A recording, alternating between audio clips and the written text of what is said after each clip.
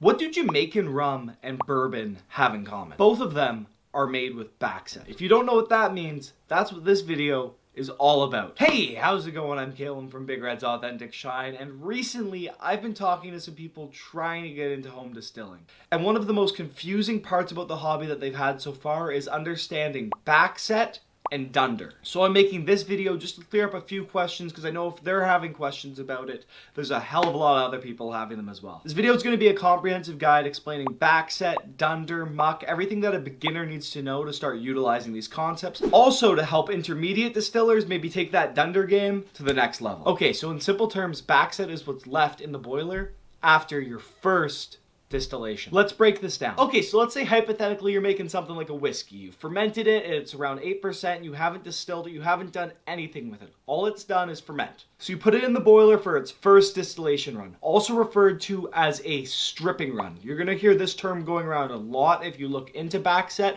and it can be a little confusing. So for the sake of this video, just think of your first distillation run as a stripping run. In this run, you're separating most of the alcohol from everything else in your mash. And what you're creating is known as low wines, while everything left in your boiler is Backset. If you redistill these low wines, you're likely doing what's referred to as a spirit run. And for the sake of our purposes, the Backset left over from this run is completely useless to us. So the only thing that we care about when referring to Backset is that first initial distillation. This Backset's gonna smell a little weird and be boiling hot, so be careful. But it also has a lot of flavor and yeast nutrients, which is why a lot of people put it into their future batches of whiskey. So now you're probably wondering, how do I use Backset? Well, you're gonna wanna look at your recipe and replace between 10 and 25% of the water you're using with that Backset. For example, if your recipe calls for 10 liters of water, you're gonna switch out anywhere between 1 liter and 2.5 liters of that with Backset. Then instead of using 10 liters of water, you're gonna use anywhere between 9 liters and 7.5 liters. Though I've heard of some moonshiners going as high as 50%, at the end of the day, you're the one making it, you're gonna be the one drinking it, so all of it's up to you. Experiment, have fun, figure out what works best for you and your recipe. When using Backset, you have a few options. Some people like to use it right out of the still to make their next batch. That way you don't have to heat it up again, store it, or worry about any bacteria getting in there. Bacteria is not always a bad thing. We'll get to that later. Your other option is pour it into a food safe bucket for another day when you're going to make your next batch. Any batches that you add Backset into will often be referred to as sour, as in a sour mash or a sour whiskey. Commercially, the most common type of souring is done with bourbon, but you can find it with any spirit in the industry. Souring a ferment can create a sweeter, more robust spirit while saving on water and introducing a lot of yeast nutrients. Backset is also super useful in adjusting the pH of your mash. Usually it's around 6, but this is all dependent on whatever the pH of your previous run was. Okay, now that you understand Backset, we can start looking at a very confusing and controversial word in home distilling: Dunder. Dunder. Dunder. Dunder. Sorry, that was pretty stupid. On with the video.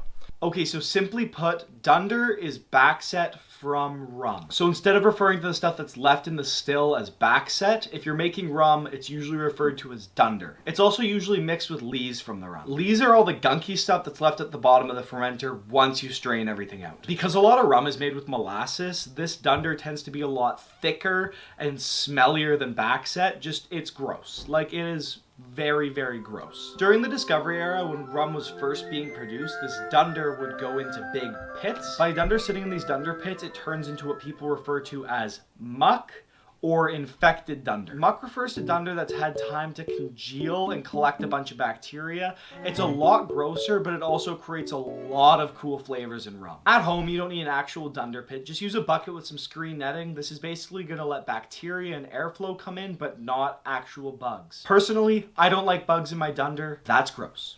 Also, there's a very good chance your Dunder pit's not just going to have bacteria. There's a good chance that it's going to get some fungi like Brett and other wild yeasts. This Muck, when used like Backset, is what's responsible for the classic flavors that you'll find in Jamaican rums. That kind of fruity, estery, tropical flavor. Dunder pits and Muck kind of have this weird reputation in the home distilling space and just the general culture around rum, where people act like they don't fully know what's going on, that you can't really understand the flavor production of the bacteria. Like, it's a bit of a mystery. And don't even get me started on the dead bats or goat heads. Those, no. Just Just no. In simple terms, what's happening is you have different strains of bacteria making acids, converting acids. It's just a big slurry of bacterial acid. And when these acids meet alcohol, they form different compounds known as esters. These acids don't just bind to ethanol, they bind to methanol and isopropyl, and with all of them, they create different flavors. The term ester is thrown around very loosely in the home distilling space and the rum atmosphere,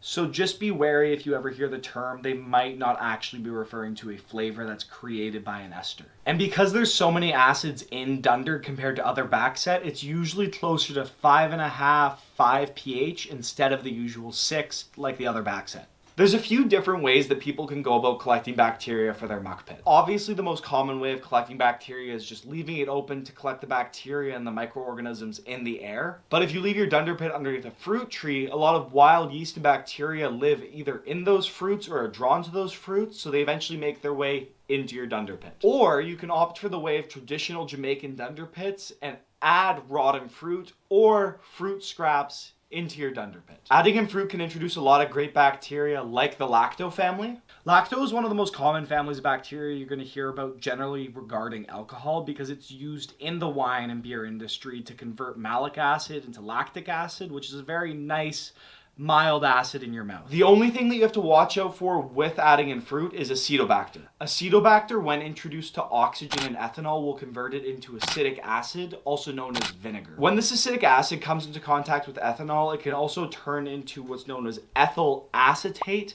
an ester with a distinct flavor of glue, medicinal, nail polish remover. It's just not something that tastes super good in your final product. This is a big reason why some people will scientifically curate their Dunder pit, ordering specific bacteria or products containing the microorganisms that they want. Then they'll just keep their Dunder pit as a controlled environment and only introduce the microorganisms and bacteria that they want the flavors from. This is really easy when it comes to stuff like lacto or Botrytis cinerea, but when it comes to stuff like strep or clostridium, it gets a little harder. Clostridium is a bacteria that's known for causing food poisoning and tetanus, but it also creates butyric acid. Butyric acid smells like puke in your Dunder pit, but turns into ethyl byrate and tastes like pineapple in your final product. I know that ester stuff probably just went right over a lot of beginners' heads. Don't worry about it, that's not something you need to know. But for some people that have been making rum for a little bit longer, if anybody would be interested in a video of me breaking down the different esters, all the different acids that go into them, and all the different strains of bacteria that make those acids, let me know. When adding muck, some people choose not to boil it and do what's called an infected ferment. That's up to you, it's your call. It can affect the yeast negatively, but it can also introduce a lot of new cool esters. A lot of commercial rum distilleries will actually do a mix of Dunder and muck, but they're going to go a little higher than the usual Backset ratio, going with something like 30% Dunder, 10% muck. I'm pretty sure this just helps to create a more consistent product, especially when working with something that's so hard to control like the microorganisms in muck. You can also use Dunder to make rum essence to help turn a silver rum into a dark rum. I'm going to explain this using a clip from my How to Make Rum video. Okay, so if you want a white rum, that's awesome, you're done. Just bottle, drink your mix, you're good. But if you want to make some dark rum, we're gonna have to make some rum essence. So take a little bit of Dunder, a little bit of Hearts, and create a 50-50 mixture of them. Okay, so the rum essence has had about a week to settle. The settlement's there at the bottom. And the biggest thing with this when you're adding it in is you want between 40 and 80 milliliters per liter of wash. I have 4 liters here, so I'm gonna add between 200 and 220 milliliters because I want a bit of a lighter rum.